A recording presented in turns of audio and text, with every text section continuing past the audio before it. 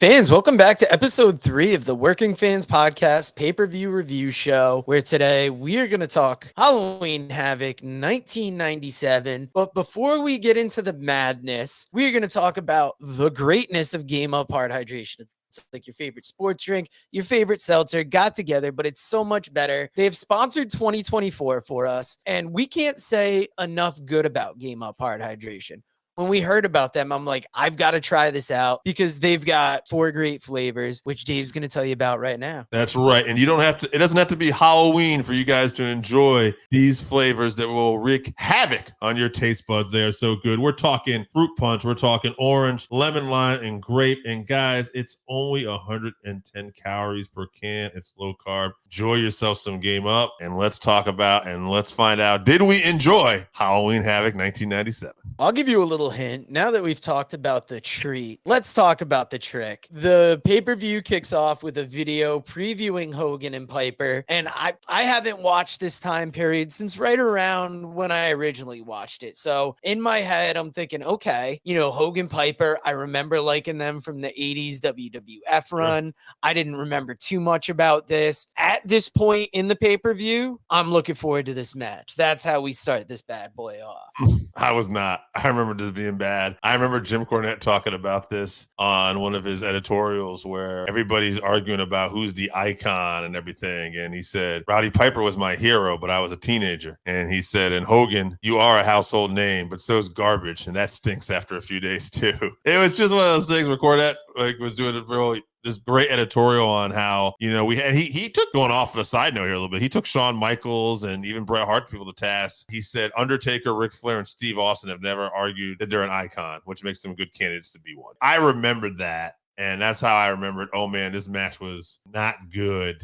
And what I forgot about was, and we'll get into later, is that it was a non-title match. So I was a little confused. But anyway, let's start off. After the video, you got Tony, Dusty, and Bobby Heenan introing the event. They say that Piper returned a year ago. This feels like not my favorite era of WCW, but I'm going to say the modern classic era because I remember so much of that Tony Schiavone, Dusty Rhodes, and Bobby Heenan. And the first match that they get to call, Yuji Nagata coming to the ring with Sonny Ono versus Ultimo Dragon. Now, Nagata is Ono's new protege. The problems are more between Ono and Dragon. This was a great opener to this event. And this really made me see how it was weird at this time. WCW, after watching this event, felt like it almost had 2 different companies on its hands. It had the newer, different stars that they wanted to push, mainly coming from all around the world. And then you have known wrestling stars taking up like the main event and mid-cards of these shows. So what I thought was interesting kicking this match off was, first of all, I was excited that this was the opening match. Because a lot of times in this time period, when you had a guy like Ultimo Dragon, he was a great wrestler, but he would be matched up with other cruiserweights.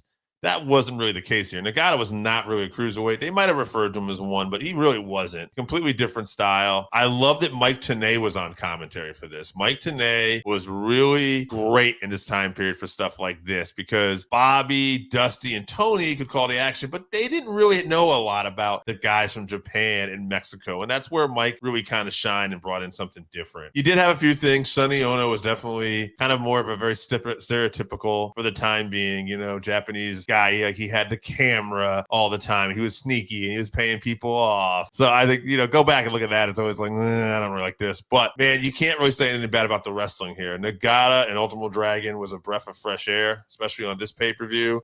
We're going to have other good matches to talk about too, but this was really a nice opener and I definitely enjoyed this. Yeah, this kicked off great. Nagata wins with the arm bar. You go from here to Disco Inferno on the hotline, discussing his match with Jacqueline later. And they're kind of framing it like, how is he going to handle this match? There's not a lot he can do. And then, Jacqueline comes in, runs him off. It's just interesting seeing like a different use of the hotline then. And that goes into the second match on this card, which very interesting. Gato versus Chris Jericho. We know Gato as, the guy that brought Okada to the ring for years. But this is back when he was a wrestler making an appearance in WCW. What did you think of this? I remembered this because I remember remember the Super Frankensteiner spot where Jericho landed on his head and neck. And I remember thinking, holy shit, interesting to see the flock come out here in the beginning of this too. Raven with his flock. That was something I wasn't really thinking about, but they showed up here during the show. And yeah, but as far as his match, man, that's one spot I'm never going to forget. Gato was an interesting guy around this time period too, because a lot of the international talent we got in WCW from Japan or Mexico were guys like Dragon, were guys like Nagata. They could fly. They were technical. They could suplex. Gato was more of a brawler, you know, like he could definitely bump. And I think Tenay talked about it, how he was more of a fan of like that 70s Southern style of pro wrestling. And I thought that was an interesting comparison. And that even stuck out to me because when he said that, I remember that when I first watched the pay-per-view, how Tenay said that, because it was completely different than anything going on. So I wouldn't say this was as good as the first match. That crazy bump definitely made it interesting, but overall it was a very interesting match to watch. Yeah, I definitely had that bump in my notes. And it's wild to think this is Gato's debut in WCW. He's been wrestling just about 8 years, and he's 28 years old. One more thing I didn't want to gloss over. I thought it was interesting here. If you watch this, they dubbed Jericho's WWE music in here. Not surprising, because I think at that time WCW was known for kind of the rip-off theme songs, which was interesting because they did not mind giving Gato something that you could hear at like a Chinese buffet somewhere, just almost the most stereotypical music to come out to the ring to. Very typical around this time period. After this, you've got Mean Gene backstage with Deborah McMichael, and who is Deborah bringing to fight Mongo? Mongo interrupts, and this leads to Rey Mysterio Jr. versus Eddie Guerrero for the WCW Cruiserweight Championship. First thing I want to say, that I'm going to throw it to you. This has to be my favorite ring gear of all time for Rey. I remember this sticking out when I was younger. And what did you think about this match? Great match. Also, I believe Rey's mask was on the line here too. This was just a great match. And what really stuck out to me here was I remembered a lot of the flying. I remember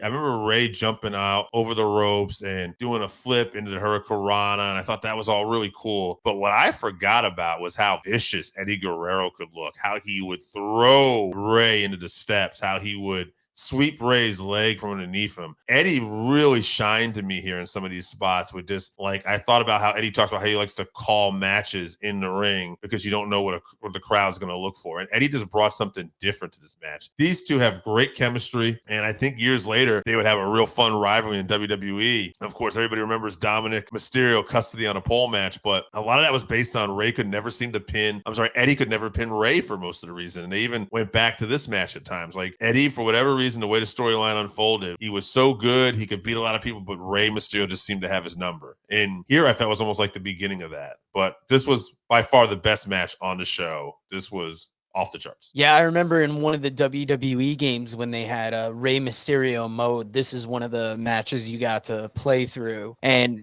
I really enjoyed it. This marked 3 great matches in a row. Rey Mysterio had countered a second rope Razor's Edge with a Hurricanrana and a roll up for the win. This was great. This is where my attention started to wane because it was such a long show.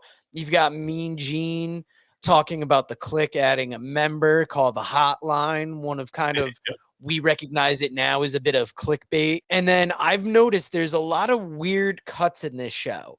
I don't know if it's old commercials that they had to cut out, but after this you get a weird cut. You got Bischoff and Hogan backstage, kind of hyping up the main event, and it was kind of one of those things where I was just tired enough where I'm like, I don't care what these guys have to say. Like, I'm ready for the main event, but I don't really need it to be sold to me. The thing about this, it's just Hogan being Hogan from around that time. But the thing about that back interview, although I will have to say it's kind of important, is that Hogan is threatening to pull out of the main event, which is something different there, because if he didn't get a guarantee that Sting's not going to be there, he doesn't want to be there. And then later on in the show, Dylan, he mentions to Bischoff, they have a contract and the match has to happen. But this is something that Tony and Dusty would talk about on commentary, and they would get fired up. Tony in particular, like, he has to be here. If not, we should just go jump him. It was interesting for me to see this. Now, don't get me wrong. I get where you're coming from. This pay-per-view is dragging after we get to a certain point. But I think that was an important element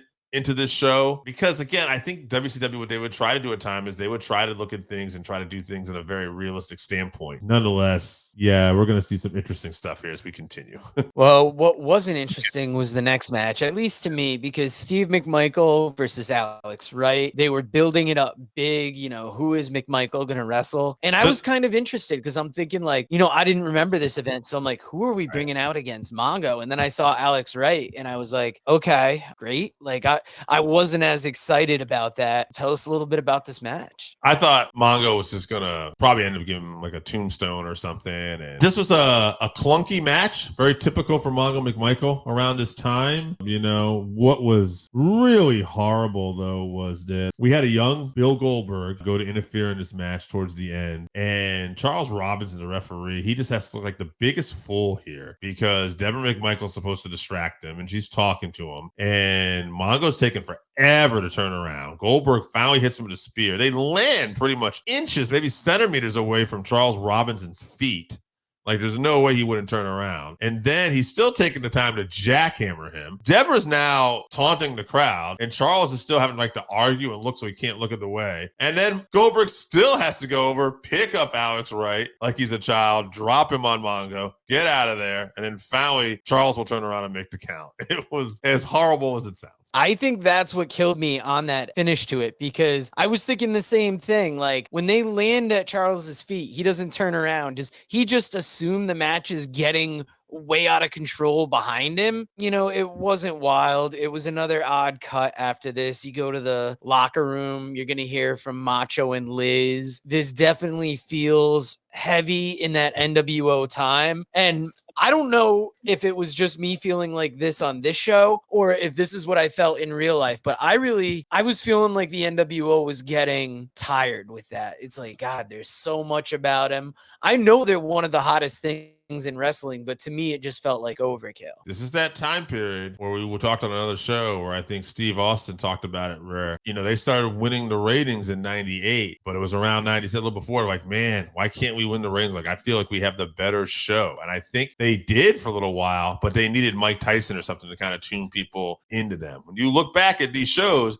there's some good stuff on it, but I don't feel like this is their peak in terms of everything they're doing. That's a good point. Now, going from that last match, we are going to Disco Inferno versus Jacqueline for the WCW TV Championship. And it almost made me wonder, was that last match placed where it was to make Disco Inferno versus Jacqueline feel like that much better of a match? I don't know. It's an interesting point, but yeah, I mean, the crowd was into this though. They loved Jacqueline. She did great. All her spots were great. Everything she hit made sense. I thought they told a good story, and they didn't do a lot of intergender matches. It was interesting. Jacqueline getting the win here. I remember not enjoying that at the time, but only because Disco was the TV champion. And I thought, why are you having your champion lose on the stage in a gimmicky type match? Maybe if he didn't have the championship, it would matter. But it didn't matter. At the end of the day, it is what it was. And maybe that's me caring too much about a title that I used to really, really enjoy at one point in my life when it was held by guys like Iron Anderson and the Great Muta.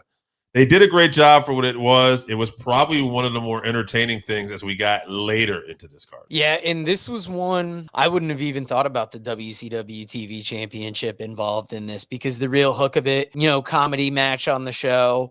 How is Disco gonna wrestle Jacqueline? There's not a lot of offense he's gonna be able to use. It made it a lot easier coming off that last match. I enjoyed it for what it was, where on any other show, I wouldn't have really cared for it. Agree. In a match that I'm very interested to hear your opinion on, Kurt Hennig versus Ric Flair. How'd you enjoy this one? It should have been more enjoyable because it's Ric Flair and Kurt Hennig, two of the greatest of all time. I don't know what it was. Flair started off hot. He was bringing it to Kurt. It was cool seeing Kurt in the old singlet again, watching that. But it just felt like the match was a brawl, but it never went to that second gear. It never picked up. They didn't tell a typical story. And maybe it was the time they were given. And it was that weird disqualification where Flair got DQ'd and he's still trying to take him out. And it was more about Flair being angered. And we see Conan and Vincent coming out here and they're, trying to rescue Kurt Hennig and get him out of the ring. But yeah, one thing I enjoyed about this, I'd say, was when the refs came to break it up and Flair just randomly gave Mickey J a chop. Mickey J didn't even really bump. He was more like, whoa. Yeah, the one thing I have in my notes about this is how do you fuck up Mr. Perfect and Ric Flair? Yeah. You know, good enough match, but to me, it's not a great match because of just the quality of the guys in this match. You know, I see Kurt coming to the ring in Flair's robe, and I'm like, what's going on here? Then you got Flair coming out of the locker room like a house on fire. And to me, it was there. You know, Flair gets DQ'd for kicking the belt into Hennig's face. And then the best thing is Flair just chopping down security. Like at that point, I had to find something about this to enjoy. And then we go to Macho Man on the hotline, Gene Okerlund with JJ Dillon, like you said earlier. And then the next real match on the show, Scott Hall versus Lex Luger, Larry Zbyszko as the special ref. You're a big Scott Hall guy. How'd you enjoy this match? The best part of this match was Larry Zbyszko. I was seeing Larry Zbyszko in this time period being involved in this, and I was just really enjoying this aspect because I forgot Larry had this like extra run in his career where he got the feud with the NWO. And I think it basically started because they started cheering for him at the broadcast booth. But, Hall kind of was like doing his bump in and doing the best he can to carry Lex to a good match. Lex was not really, he was not the greatest technician, obviously. There's a funny moment in this match because Zbyszko is coming off definitely in the beginning of this, like he's calling it right down the middle. And Tony Schiavone goes, "That's no surprise. And Larry Zbyszko has always been a man of his word." And I immediately just thought, ask Bruno Sammartino about that, please. Because what about the character Larry Zbyszko says that he is a man of his word? That does not make any sense. At the end, Six kicks Lex from behind. It doesn't even look like it completely connects. And Scott Hall ends up getting the pin. Larry doesn't see it. He reluctantly counts. He knows something's up. Larry makes a call to ask for the instant replay. Apparently, Larry can do that. Other officials couldn't, but he had that right. He saw it. He said this match is going to restart. And I think, at that point, Lex got Hall up in the torture rack. Looks like Larry's calling for the bell immediately. Like he didn't even check to see if he was going to give up. And then Six comes in the ring. And what was interesting to note about this, I was wondering about this. Sean Waltman gets involved, and Larry looks like he's doing some martial MMA moves here. He's look like he's looking for an armbar. He turns into like a triangle choke. Then he's got him like in a guillotine, and they eventually get out of there, and they double teamed Zbyszko. What it was like, and Eric Bischoff got some kicks in and stuff, and it's gonna set up an Eric Bischoff Zbyszko match. I believe it's Starrcade. We'll see that. But what I was fascinated was by Six. Because I don't remember seeing Sean Waltman after this too much. And when I looked it up, it said he got fired around October of 1997. This pay-per-view was October 27th of 1997. So I believe this was his last time. If he was on the following Nitro, maybe, but this is one of, if not the last time he was on WCW TV. See, when you said you were interested and you were mentioning those judo moves, I thought you were going to be mentioning Tony Schiavone mentioning that Larry Zbyszko had learned the armbar and the triangle choke from judo Gene LaBelle, which I just thought was an interesting mention. After this match, we got a World War. I said judo Gene LaBelle, famous for making Steven Seagal crap his pants, apparently. I don't think I knew that. That's the real story that's out there. Nice. Now, this match was followed by a World War III preview video. In your memories of WCW, how much do you enjoy World War III? Wasn't really my thing. They're just long battle royals. So it's a nice spectacle to watch when you see the three rings and how many people they got there. But it really doesn't heat up until you get to like the final four people. It's just really overkill. I mean, I do remember seeing some random people showed up. I think like Tony Rumble was a guy who was in one of these, World War III pay-per-views. So I was always interested to see that. Yeah, definitely not as good as say like a Royal Rumble or something. Yeah, especially with that many people in the ring, you're going to have some fillers. And just from a commentary point of view, those events can't be fun to call because there's so much going on. You got to kind of, fix your attention where you can. Maybe eventually we'll cover World War III and see if it's as bad as we remember. But moving on, second to last match of the night, Macho Man versus DDP. And I got to admit, was getting a little burnt out on the pay-per-view. We've had a couple, aside from that Scott Hall match with Larry Zbyszko, some of these matches with bigger stars, I found myself less interested in until it came to Macho Man and DDP. I thought this street fight match was great, especially given Macho Man's age and McMahon didn't think he could go anymore. I thought, he didn't look like the Macho Man of old, but he was still going. And I thought this was a standout match. These two had good chemistry. Earlier that year was when Savage put him over at Spring Stampede and he took the Diamond Cutter. And DDP always credits that match as the one that really turned his career around. This, of course, was Savage getting the win with the help of the fake Sting with a bat.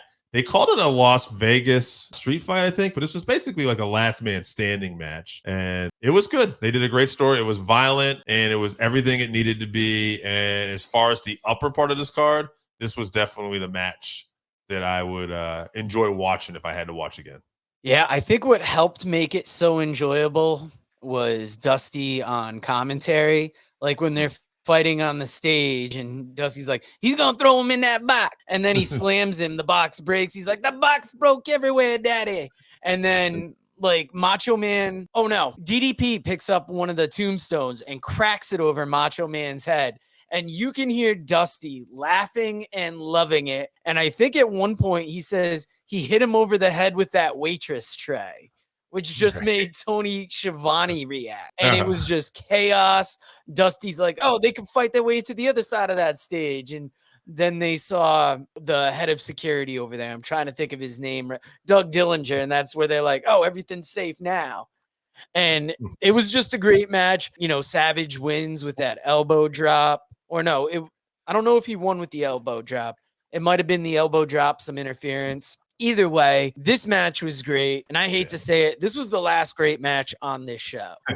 Yes, because it was the main event. Because, they go back to Dusty, Tony, and Brain at the desk. And then we get the main event. Best part of this main event was the Michael Buffer introduction. I still think it's wild that he has been able to trademark that phrase.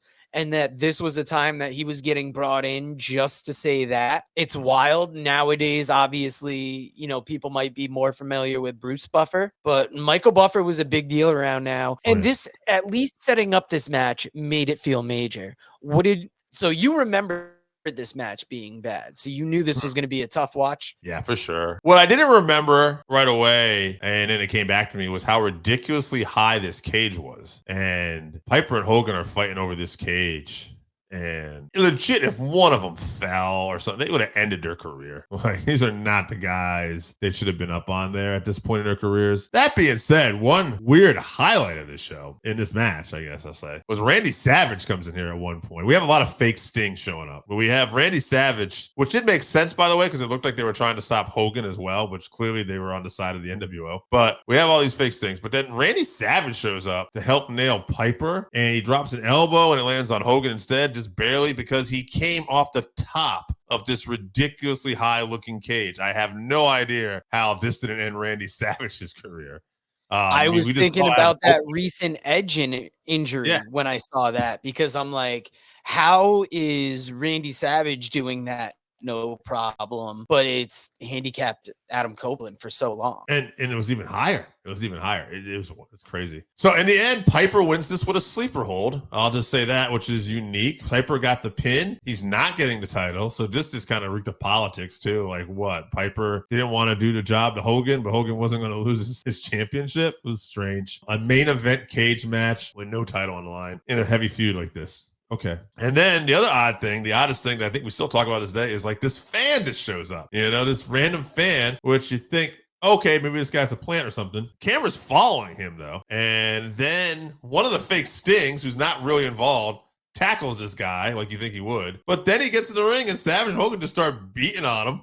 They keep it going and security's there. I have no idea what happened, but it was like this went on for too long. It didn't really make sense. And if this guy was a plant, it didn't really seem like it really factored into anything else. So I don't know. What did you think of this? Match was all right enough. Like if you didn't have everything after the match, I would have said decent enough match. It was cool to see them one more time. I don't need to see it again. And then the match ends and there's like another 5 minutes on this. And that's the handcuffing Piper to the cage.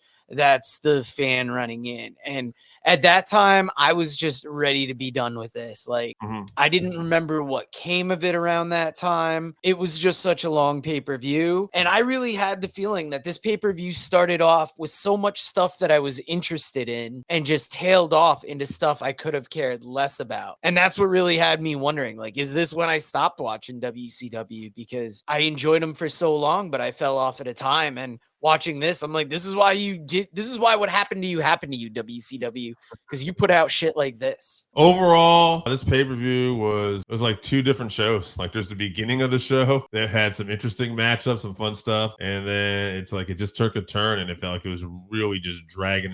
Unlike those in your house pay-per-views where we watch, where it felt good and it ended like at a good time, where I was like, all right, that was a fun watch. We haven't talked about what we're going to watch for the next episode. I say we figure it out here. Do we keep up the Halloween Havoc trend? Do we move on to another fall-centered pay-per-view, a fall brawl? Do we do an NXT Halloween Havoc? I'm going to leave it up to you. What do you think you're feeling for next week? Let's do it. You know what? I'm a glutton for punishment. Let's do another Halloween Havoc in WCW, but let's go older. This one might be a weird one. I haven't seen it in a while, but what the hell? It'll be so interesting. We're going to have some interesting ones. Let's do Halloween Havoc 92. Halloween Havoc 92. Love it. I feel like this is going to be right in my wheelhouse. You're going to hear a lot less complaining from us, I feel like, on this. Not to say that it's not going to have any clunkers, but it has a better chance of having something we enjoy. I'll just say this. Thank you for... Okay. Coal Miner's glove match. Sting and Jake the Snake Roberts. Spin the wheel and make the deal. So you know it's right up my alley. You know it's going to be something I love. And if I'm talking about things I enjoy, talking about things that are right down my alley, you know it's got to be Game Up Hard Hydration. If you haven't tried Game Up, then you are missing out. Imagine your favorite seltzer and your favorite sports drink had a baby, but it's way better than that. Each can is 110 calories, low carb, 4.9 ABV. It's a nice light drink that is not light on flavor.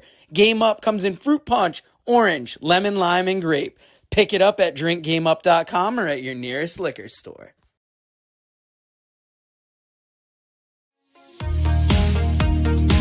Read about the Northern Wrestling Federation in the book presented by Russellville.com, The Pro Wrestling Vault, Volume 2. Hear the story of Roger Ruffin, the man who trained Carl Anderson, the Monster Abyss, Jordan Clearwater, Chris Harris, and Jillian Hall. Plus 45 other short stories, including Jazz, Bobby Eaton, Kamala, Thunder Rosa, Mario Mancini, Scott Casey, PJ Black, Kerry Morton, Sal Renaro, Jeremiah Plunkett, Colby Carino, Bam Bam Malone, and many others. Get your book today at Russellville.com. Russellville. It's where wrestling lives.